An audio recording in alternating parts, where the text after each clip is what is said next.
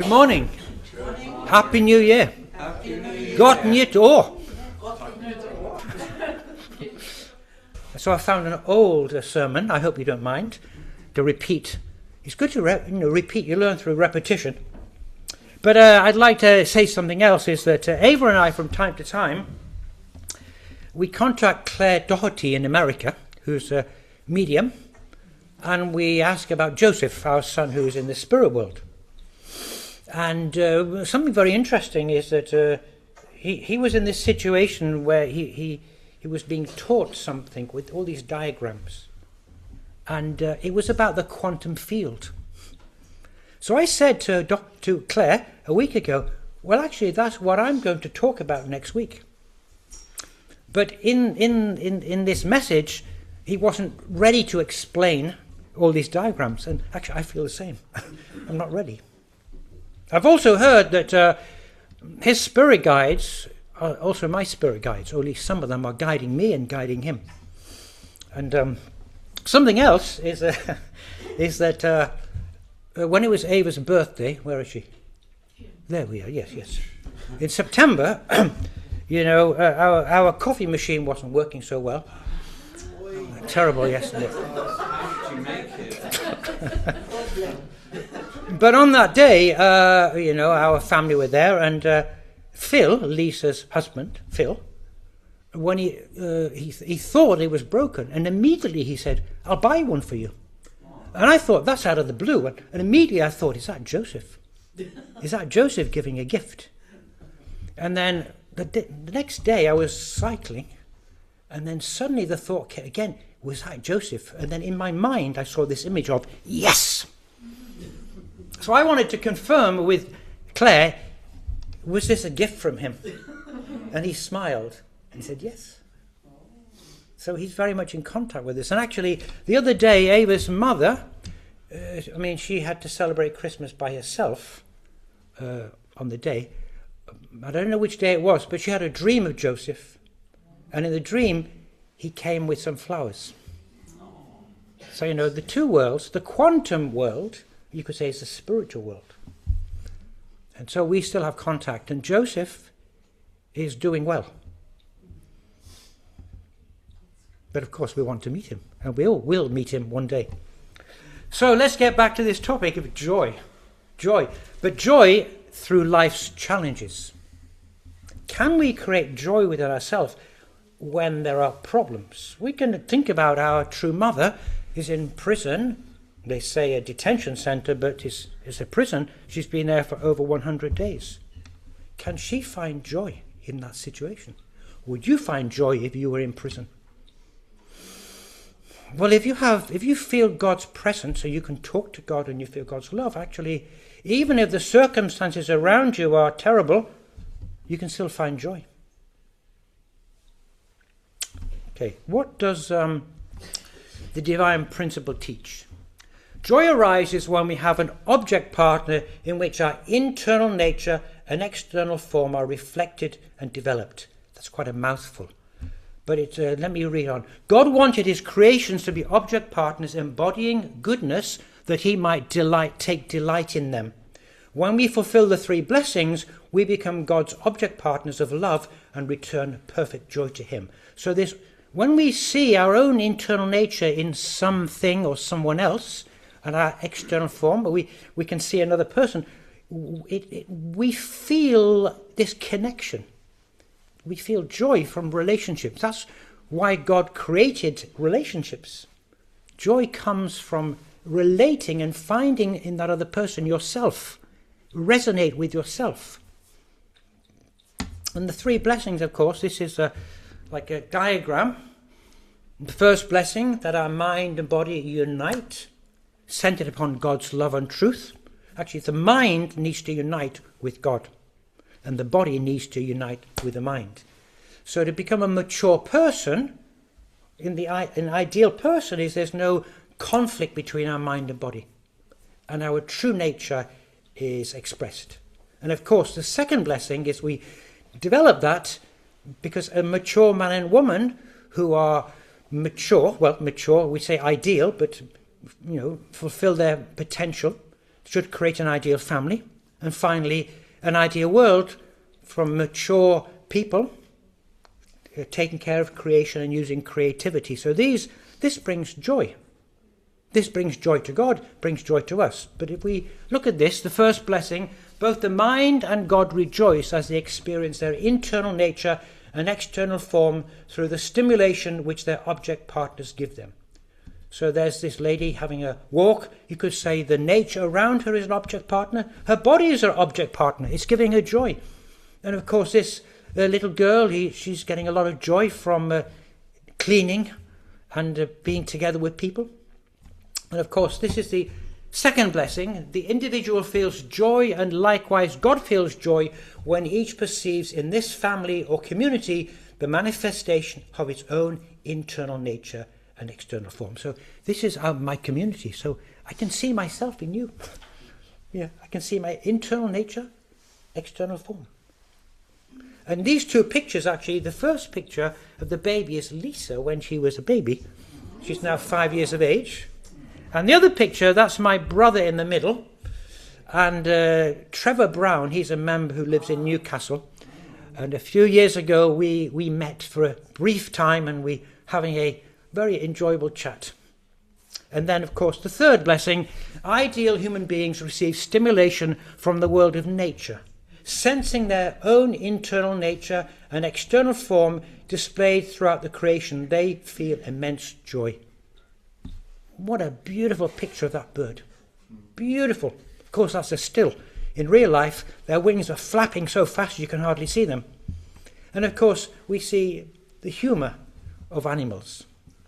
What does Father say? Well, it comes from love. When you are living in the love of God, every cell in your body jumps for joy.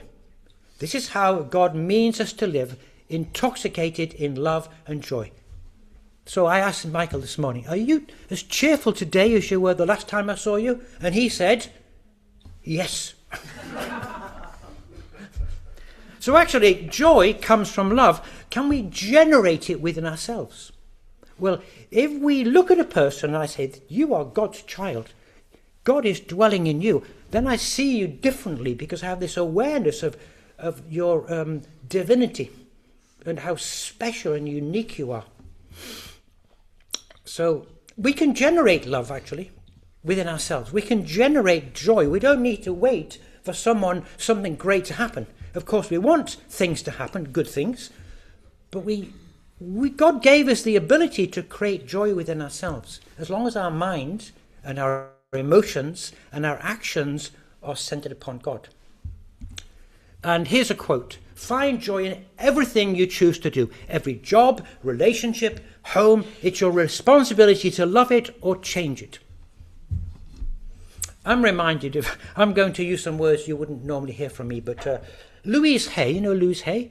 She's the person, she lived to about 90 years of age. She was very much into affirmations. And she talked about her attitude when we wake up in the morning. And she said, let's say it's raining. And some people might say, it's another shitty day, you know. I don't normally use that word, but that's what she said. But instead you can say, well, it's another wet day. Yes. So it's how you perceive things. Yes. So do what you love to do. Has anyone done what they love to do in the last week? Yes. What did you do? Spend time with family. Wonderful, spending time with family. Anybody else do something they love to do? Yes? Swimming, fantastic. Anything else? Build a snowman with Nicholas. Building a snowman with Nicholas. All right. That was very joyful, very happy. That was joyful. Yes. Attending Chongqing 1. Attending Chongqing 1, yes.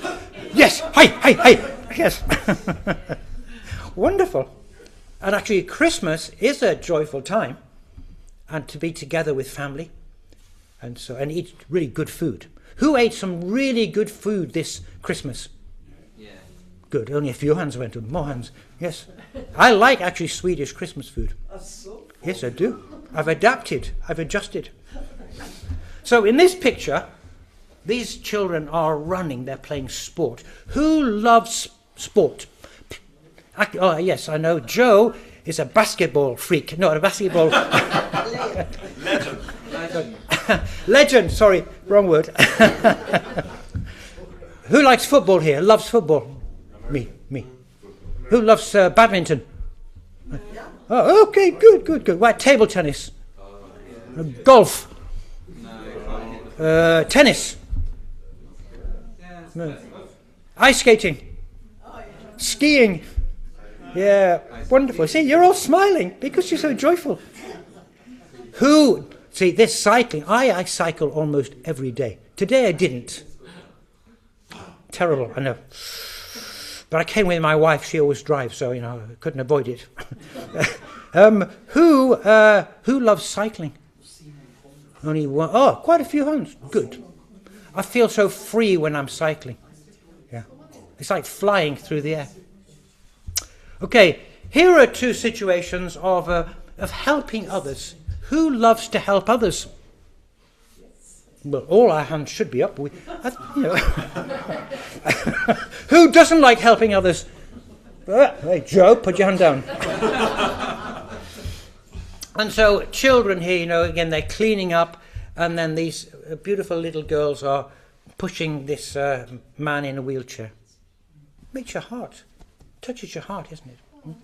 And what about singing? Who got up this morning and started singing? Actually, Kind of. Snoring counts. Oh, no, anybody else sing this morning? Good. Good. Who often sings in the morning? Nina knows. Ah, yes, Ava said that. She never sings. So. You sing in the morning sometimes, yeah? You know, in Germany they just made an interview, Yeah. they were researching, and people who sing or in a choir, they live longer. Yes. So that's Yes. So I have hope. to do. I have hope for my future. Yes. I was singing this song this morning. When the red robin comes bobbing along, there'll be no more sobbing when he starts singing his own sweet song. So wake up, you sleepyhead, get up, get out of bed, cheer up. Did you sing that to Eva?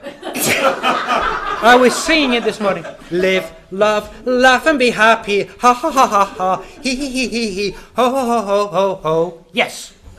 So, and actually, it makes me happy. So I'm generating joy by choosing to sing a song. And do you know where I got that song from? Years and years ago, I was on a fundraising team. This must have been in 1978.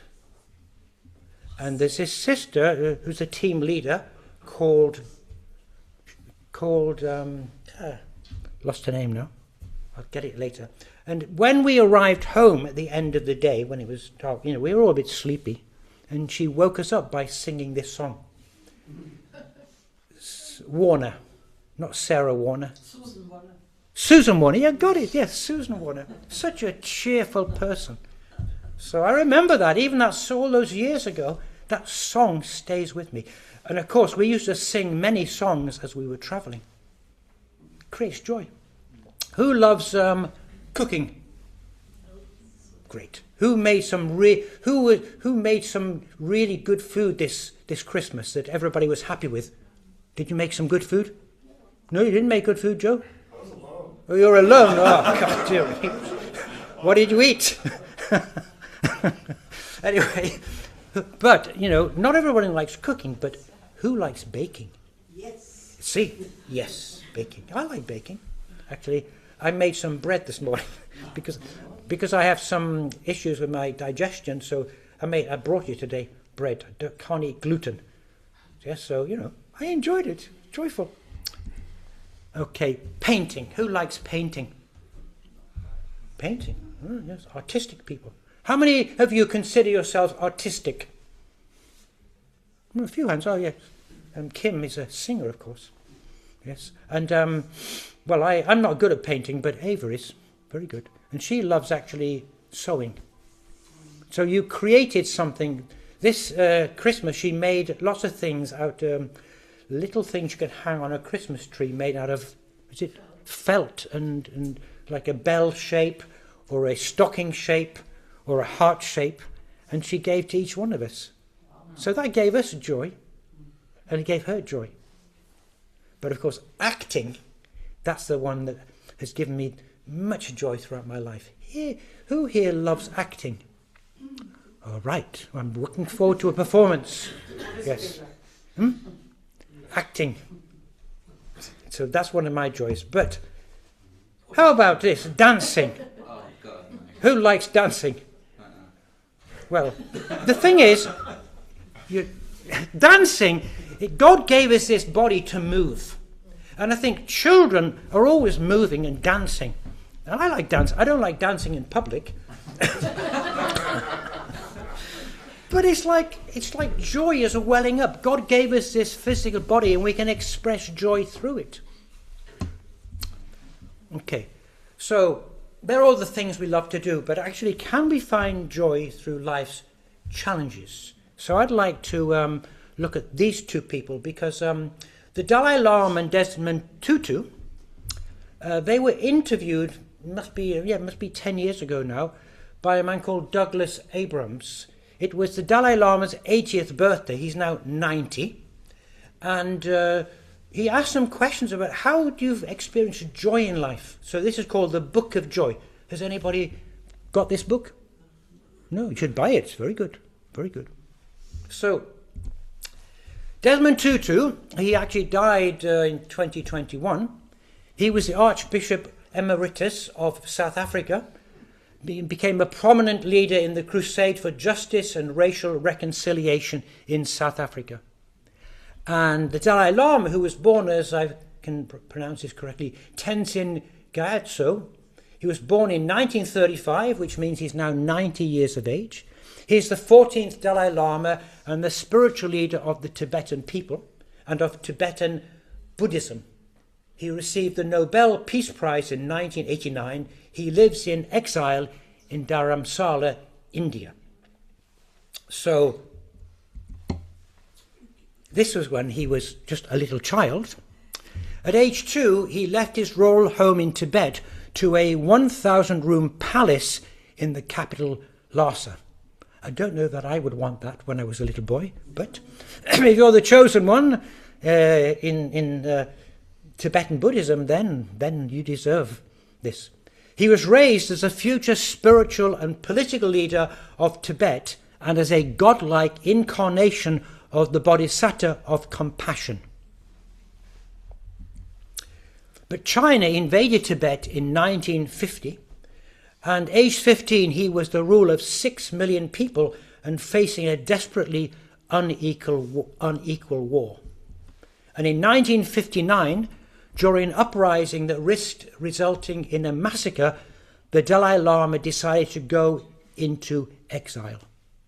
So he came from a life of, luxury, you could say, and adulation, and everything is peaceful and everything is beautiful. And then he had to leave his country. His own citizens were being massacred. So what does he say about joy and suffering? He says this: we lost our country and became refugees, but that same experience gave us new opportunities to see more things. For me personally, I had more opportunities to meet with different people and different spiritual practitioners. Wherever you have friends, that's your country. Wherever you receive love, that's your home. So that was you could say he expanded his mind. If he just stayed in that palace, his whole life, but no, because he suffered, he was exposed to many different kinds of people. He says, we lost our country, became I've read that, yeah, sorry. I've read that as well, sorry. He also says, too much self-centered thinking is the source of suffering. A compassionate concern for others' well-being is a source of happiness. So we, live for the sake of others. What you give is what you get back. So I think in Buddhism, compassion is it's another expression of love. But this is very much central to a Buddhist's way of thinking and living. And he also says this: when we see suffering of others, we realize that not only do we suffer, So when we look at the same event from a wider perspective, we will reduce the worrying and our own suffering. So how do we create suffering? How do we create suffering? How do we do it? Is it easy to create suffering? It all starts here. Then we become victims. Of course, if we don't realize what's going on inside of us, it's like we have these kind of subconscious programs within us. It can be some trauma from our childhood or in our life or from our previous generations. So we inherit certain things we deal with. We don't understand where's it coming from. But also we're responsible, Our responsibility is to create our own reality. So a self-centered attitude, of course, is what he just said, but also negative tendencies of the mind. What's that? Complaining, blaming others, judging others. It's all negative, isn't it? And because we have both an original nature and a fallen nature, it says in the divine principle our fallen nature is much easier to stimulate, to activate. Yes? So we have to be on our guard. And the more we're aware of these things, actually then we can do something about it.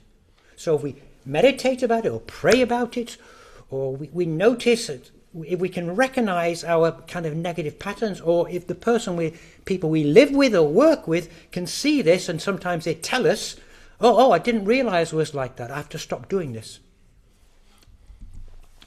Emotional reactivity. Do you ever get triggered by someone else? Yes? Like sometimes somebody might say something to us and we react instinctively without thinking because we get defensive or we get hurt. But actually we have to kind of, again, for me it's subconscious program. There's something within this which is triggered and comes out. Our inability to use the resources within us. So that's why Buddhists, when they meditate, they go within. Actually, the word meditate means the root word of meditate is to know thyself, to become familiar with yourself. So if you meditate, you have time to reflect, time to contemplate on your own kind of limitations or whatever. Same with prayer. Also, when you study God's word, this gives you resources. This is what I need to do. So we create our own suffering. We are co-creators. Because if we're in a difficult situation, and then we just moan and groan and feel sorry for ourselves, we actually make it worse. But if we're in a difficult situation, we can actually go within and respond in a different way. That's why I talk about mother, even also father. He was in prison 6 times. And actually I'm thinking about another story of a man in America who was convicted of murder. He was on death row for about 35 years. And he had so much resentment towards the police because they said, you're in prison because you're black. And he had a lot of resentment. But then one day, the man in the next cell started to weep. And he said to him, what's the matter? My mother died. And then, in that moment, this prisoner felt such compassion for him. And he changed. He stopped feeling resentful. And from then on, he was like a model prisoner because his attitude changed. So his suffering ended. And when he came out of prison, because he was finally released, he wrote a book about this. So we create joy. So again, it comes back to compassion. Compassionate concern for the well-being of others. If you think about, care about, help others with a compassionate heart, you feel good yourself. Having positive attitudes and perspectives. So, for example, you could say, the winter. It's so dark and I don't like winter, it's cold. Have any of you said that this winter? You get up in the morning and say, I don't like the winter. But you can say, But look at it, it's beautiful. It's white, isn't it? It's white and it's crisp and it's clear and it's Christmassy. And I'm so happy to live in such a beautiful place. Do you get up like that in the morning?